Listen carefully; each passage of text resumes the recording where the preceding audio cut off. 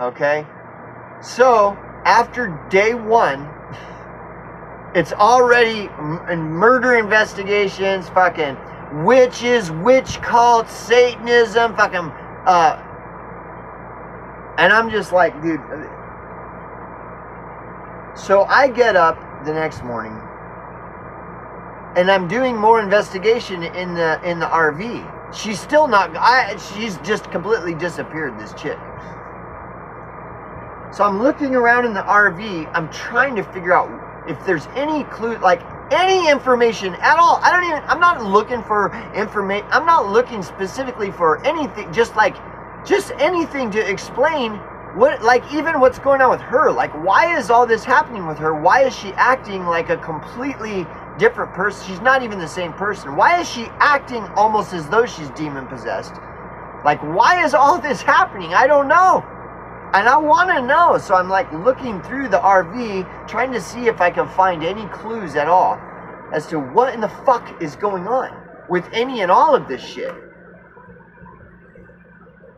With the fucking whatever, the witch brooms, Todd Minshall's death, her just like all of a sudden acting like a completely different person and just like shitting her pants out of the blue, all of a sudden just like totally acting like a fucking a demon possessed fucking retard out of nowhere. Like the whole thing is like, what is going on? So then I find I'm in the bedroom in the far end of the RV, and I find the third broom, and then that's when I'm tripping out. I'm like, holy shit. So I call fucking Stefan back. I'm like, dude, you know how you were talking about all this clairvoyant stuff and everything, and we were talking about witches and witch stuff or whatever and everything, and the thing about the broom where you kept bringing up three brooms, and so I decided, I thought maybe your intuition is saying there might be a third broom, and we looked and we couldn't find it. Well, guess what I just found? There was a third broom. And so then he's like, yeah, and then we talked a little bit, and he's like, well, I'll come over later and we can, talk about this shit some more. So in the meantime, I'm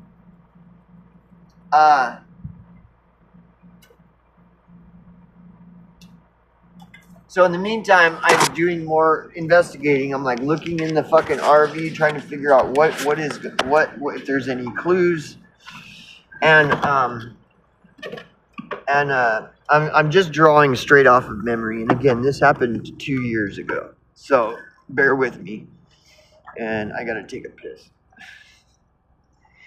So I'm looking around the RV after I found the third broom hanging in the bedroom, and I'm looking around, and then I called some people, and because I'm trying to figure out what am I gonna do, and what is going on with this Todd Minshall guy, and all this stuff.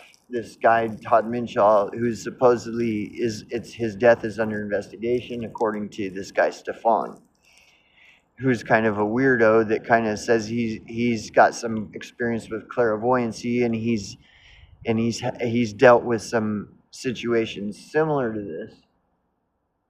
And he claimed even that he knows that there's a witch cult out here, and that he had seen a girl was completely naked and was eating her own shit. Like that they had her head so fucked up. And I don't know if you've heard of the drug called delirium, because even though this might sound totally like bullshit, that some girl would be completely naked and totally hypnotized and completely naked and eating her own shit, and that this doesn't happen in real life. Look up the drug delirium. This stuff actually does. That's what's so crazy about this story, is the more you look into this kind of shit, the more you'll find that these things are real. A lot of this shit is actually real. So anyways, and he's claiming that he even knows that there's witch cult shit out in this town, and that and he described one incident where he encountered a chick who was like a victim of this witch cult. She had gotten drawn into this witch cult, and to the point where when he had encountered her at some way or other, I don't know how, that she was completely naked and like mumbling and speaking like in some whatever, like speaking in tongues or some shit and eating her own shit. And like I said, that may sound outlandish and that doesn't happen. Well, dude, look up delirium, the drug delirium.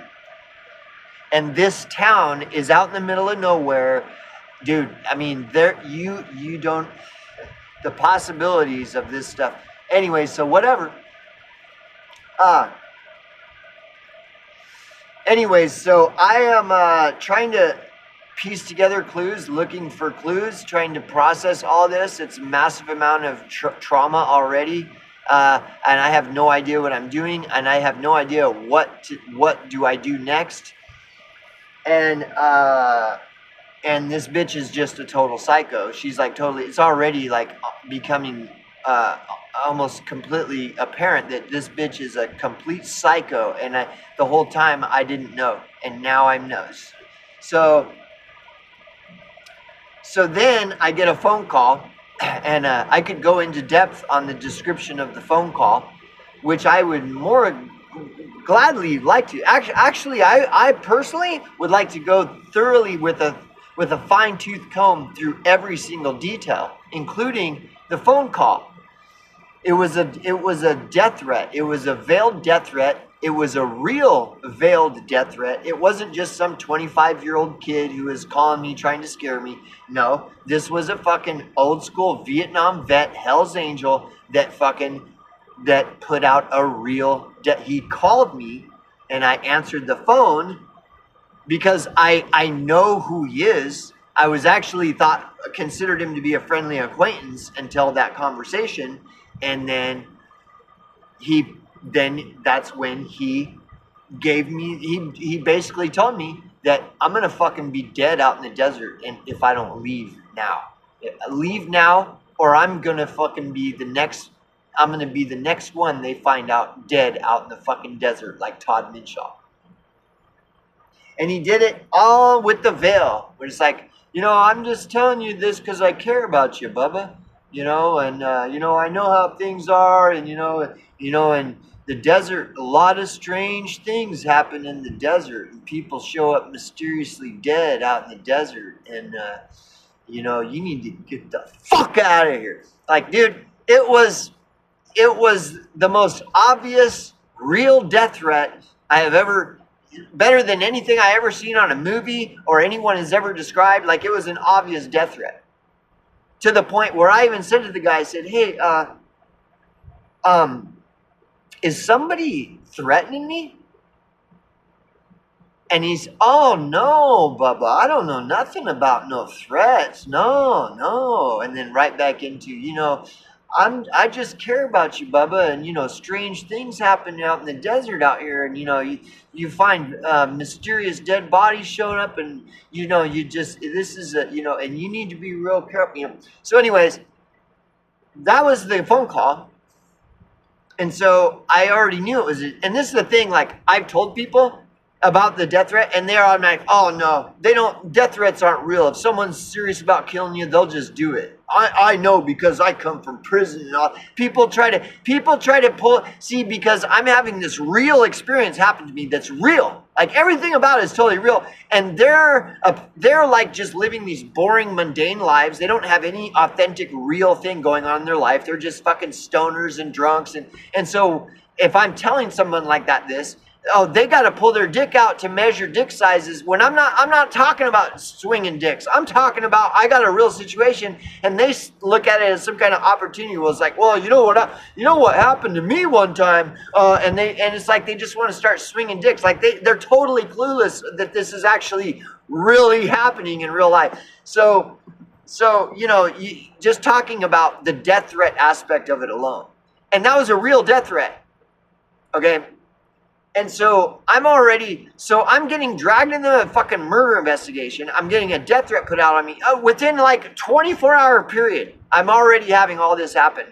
There's no explanation for any of it. Nobody's there to explain any of this as to why any of this is happening at all. And so I'm having to process this traumatic experience and also try to understand and figure out what is going on. And it's just happening like one thing after another. So, which brings to the next, it's a great segue into the following thing that happened about 30 minutes after the death threat. So the death threat happens, and so now I'm real concerned. Now I'm even more concerned about Todd Minshall's death and rumors of serial killers and all this shit. So I go into the RV and lock. The first thing I do is lock the fucking door. Then the very next thing I do is go to where the gun is, where we keep the gun.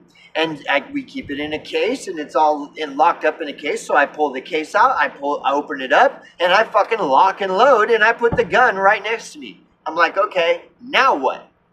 I got motherfucking, now I'm getting real death threats, not fucking faggot, gay, fucking bullshit death threat, real shit, okay? So, this is not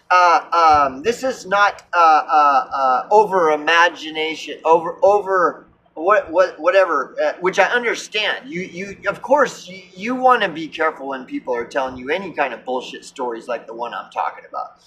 An overactive imagination, though, absolutely not. This is all really real. This is like happening now. You know, this is not a drill. This is actually happening. So I got the gun out. I got it sitting on the fucking couch, and I'm trying to figure out, how do I keep calm? How do I navigate this situation? What do I do? How much of it is real? How much of it is like, everything is getting crazy, like over just that, just all of a sudden, boom, everything is getting crazy, right? So I'm sitting there and I'm just thinking, and I'm trying to figure all this out, and so I'm gonna end it there because of the editing that I had to do. There was some other details that I will inject from the previous video, because I messed up the timeline, because it's a very confusing timeline. As you see, I had to go back 2 months to Todd Minshall's death in order to explain what's going on with that, and then bring you back into the event. There's some information about how I opened up the laptop, and she already had her fucking Facebook logged in. So when I opened it up, I was logged into her Facebook page. And so then I started finding a bunch of information based off of what it was in her Facebook page. And so that will come after this. So I guess that would be part 4 or something. So that's part 4. And so I'm going to skip part 4 and start on part 5.